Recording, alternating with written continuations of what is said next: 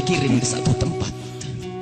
Kita harus dibawa ke satu tempat, jangan dibayangkan orang lain. Anda yang dibawa, Anda yang dimandikan oleh orang-orang, Anda yang dikafani oleh orang-orang, dan saat itu pun Anda diangkat di atas kepala orang-orang. Jangan berbangga Anda tidak jadi kemanten saat itu.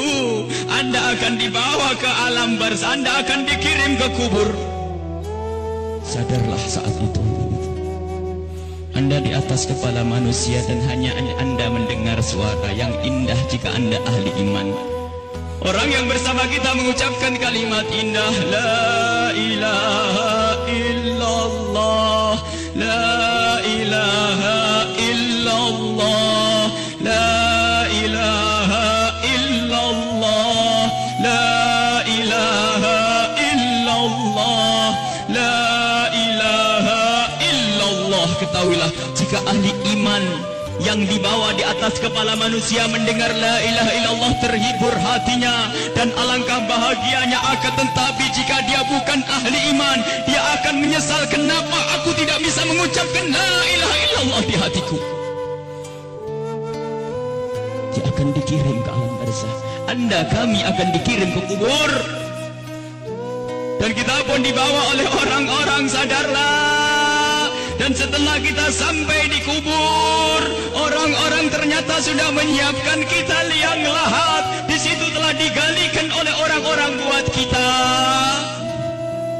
Dan tidak lama kemudian orang ada yang memeluk kita, ada yang merangkul kita, dan itu ternyata rangkulan untuk melepaskan kita di kubur.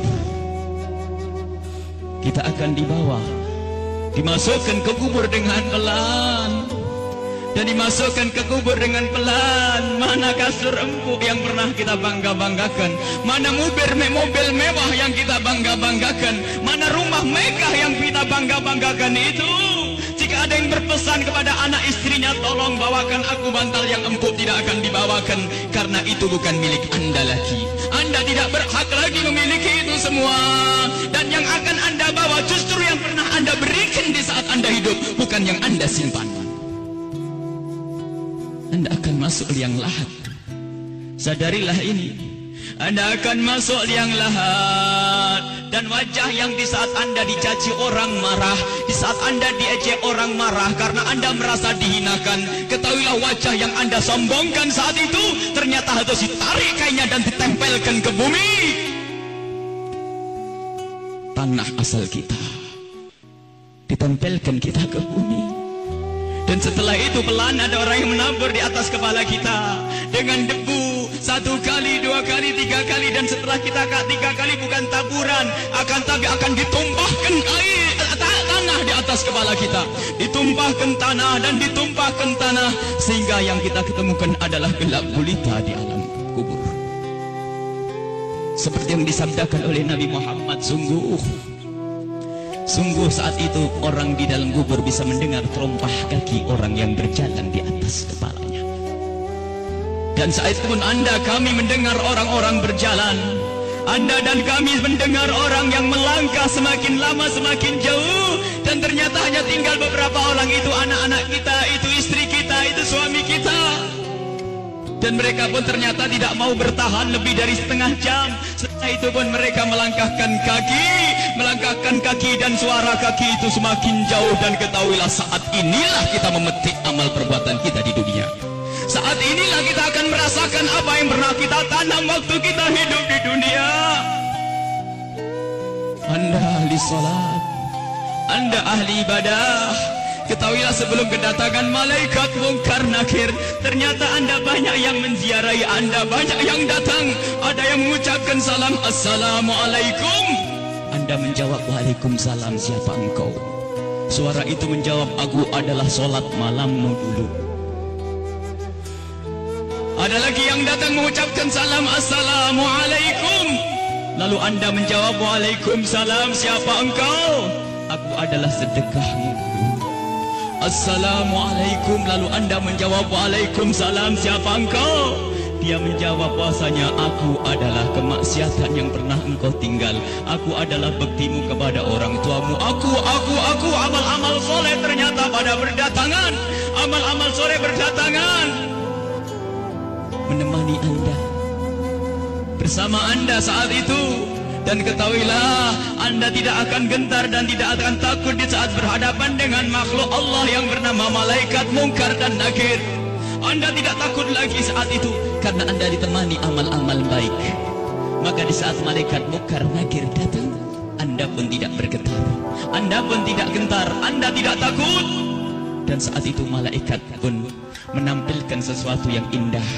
Karena apa? Melihat orang ini ditemani oleh hal-hal yang baik, sehingga ia pun mengucapkan salam dengan syahdu, mengucapkan salam dengan penuh keindahan, lalu berkata, Man Rabbuk wa man nabiyuk, dan begitu seterusnya. Anda, kami akan ditanya siapa Tuhanmu, siapa nabimu.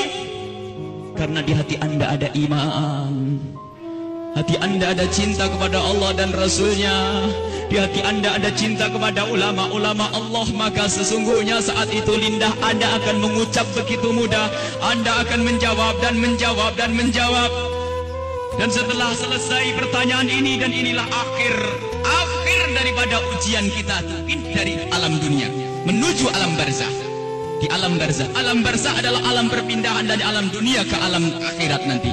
Maka ini adalah alam akhir ujian, dan setelah itu kalau lulus mendapatkan surga, kalau tidak lulus dia mendapatkan siksa. Setelah malaikat bertanya dan lulus, Anda ditanya, dipanggil malaikat rahmat, malaikat pemberi nikmat. Wahai malaikat pemberi nikmat, ini adalah hamba yang soleh, bawalah ini ke surga dan beri nikmat sampai dibangkitkan nanti. Akan tetapi sadarlah, di samping sana, di kubur yang satu sana, ada di samping kita ada kubur, di samping Anda ada kubur. Dan di saat orang ini dikubur dan ditinggal oleh keluarganya, ternyata saat itu telah berdatangan sesuatu yang sangat mengerikan, dengan suara yang sangat menyeramkan. Seseram-seram suara di dunia tidak pernah didengar. Seperti saat ini, suara yang sangat mengerikan dan menyeramkan, ketahuilah. Lalu orang ini bertanya, siapa engkau? Suaramu sungguh mengerikan. Suara itu menjawab, aku adalah zina yang pernah engkau lakukan dulu.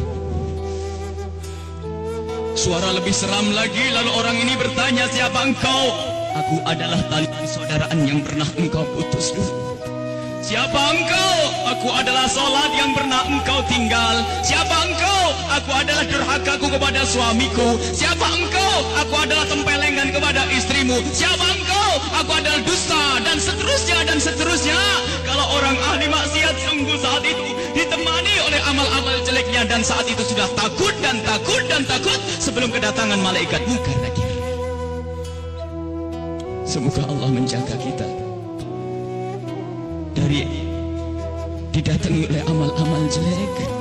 Akan tapi kita semua punya amal jelek. Ya Allah, ampuni dosa kami. Jangan sampai ini semua hadir di saat itu, ya Allah.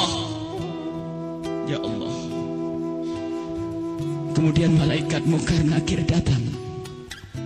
Bagaimana ya kalau ini kita?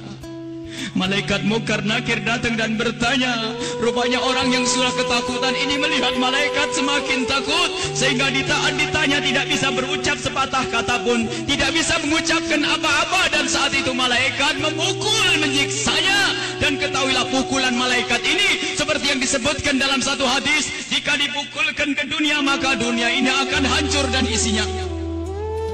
Dipukulkan kepada kita kalau kita ahli maksiat, dipukulkan kepada siapapun yang ahli maksiat. Dan saat itu, setelah selesai diuji dan ditanya, maka malaikat ini berkata kepada malaikat penyiksa, wahai malaikat pemberi siksa, ini hamba Allah yang bermaksiat, siksalah dia hingga nanti dibangkitkan. Ini yang harus senantiasa kita hadirkan. Kenapa Rasulullah pernah memerintahkan, aktsiru min dzikri hadzimil ladzat, sering banyaklah menyebut kematian, agar kita sadar bahwasanya kita juga akan mati, lalu mempersiapkan kematian ini.